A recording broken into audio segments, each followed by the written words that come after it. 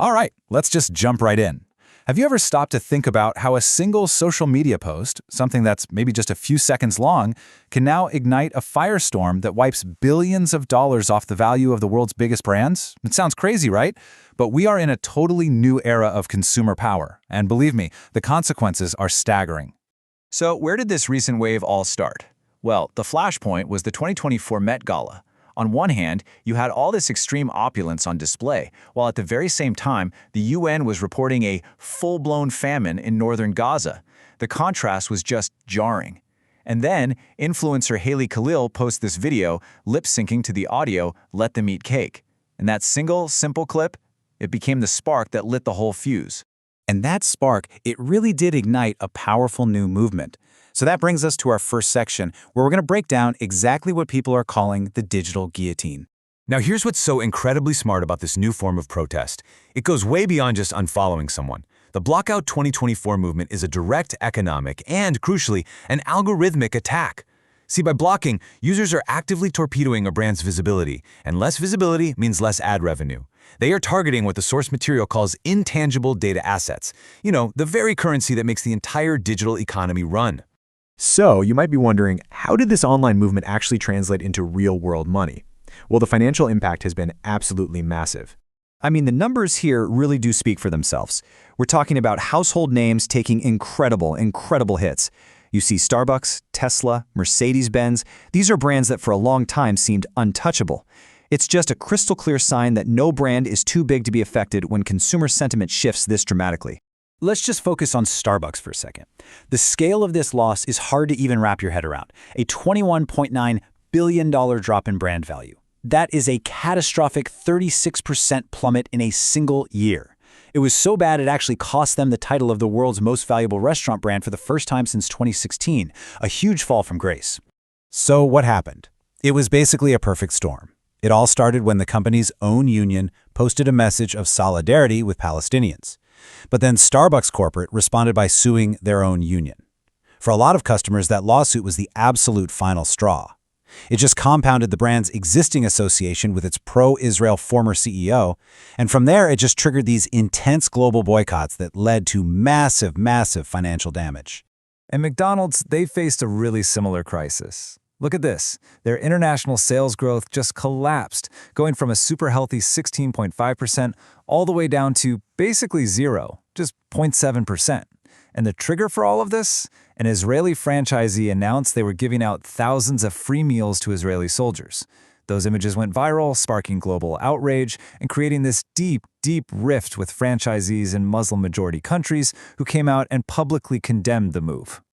Okay, so this all leads us to a really fundamental question. Why have these boycotts been so incredibly effective? And why right now? Let's get into the psychology behind what makes people protest like this. So yeah, what is it that turns someone from just a passive consumer into an active protester? What are the psychological triggers that make a boycott really catch fire and spread? Well, if you look at the cultural world, it is deeply divided on this. On one side, you've got over 1,300 actors, people like Olivia Colman and Mark Ruffalo, pledging to boycott Israeli film institutions. And on the other side, you have more than 1,200 entertainment leaders, including Mayim Bialik and Deborah Messing, who are arguing that these boycotts are discriminatory and that art should be used to open dialogue, not to create blacklists. You know, research actually shows us what's going on inside our brains during all this. And it turns out that moral emotions, especially shame and guilt, are the absolute strongest predictors for whether someone will join a boycott. Shame in particular is super destructive. It doesn't lead to fixing a relationship with a brand, it leads to severing it completely. And this all gets amplified by our natural negativity bias. We're just wired to avoid the bad more strongly than we are to seek out the good. When consumers get to this point of moral coupling, where they literally can't separate a brand's ethics from its product, well, a boycott becomes almost inevitable. But here's the thing. Today's digital movements didn't just appear out of thin air. They're actually built on a long and really powerful history of economic protest. The word boycott itself actually comes from an 1880 protest against an Irish land agent named, you guessed it, Captain Charles Boycott. Then you fast forward to 1955 and you have the Montgomery bus boycott, which proved that collective action could be a truly devastating economic weapon. After that, the anti-apartheid movement took this whole idea global, pioneering the total isolation of an entire state. And that brings us to today, where movements like BDS, which stands for Boycott, Divestment, and Sanctions, provide the strategic, rights-based framework that informs a lot of modern activists. So, what does this all mean for the future?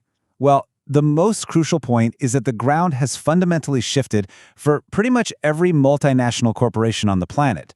And here's the big takeaway. In our hyper-connected world where consumers are demanding accountability, the very idea of a politically neutral global brand is becoming, well, functionally impossible. Silence is no longer a safe option. In fact, it's often seen as complicity. Looking ahead, there are three key trends you've really got to watch. First, this digital guillotine is an incredibly efficient and powerful form of protest. Second, brands that are closely tied to a specific personality, think Tesla and Elon Musk, are really vulnerable to that person's political baggage. And third, as brands try to get into personal spaces like wellness, any ethical mistake they make feels like a much deeper, much more personal betrayal to their customers.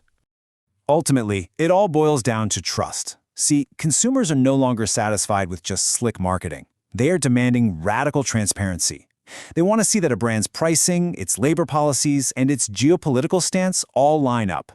In this new world, consistency between words and actions is the only real currency of trust.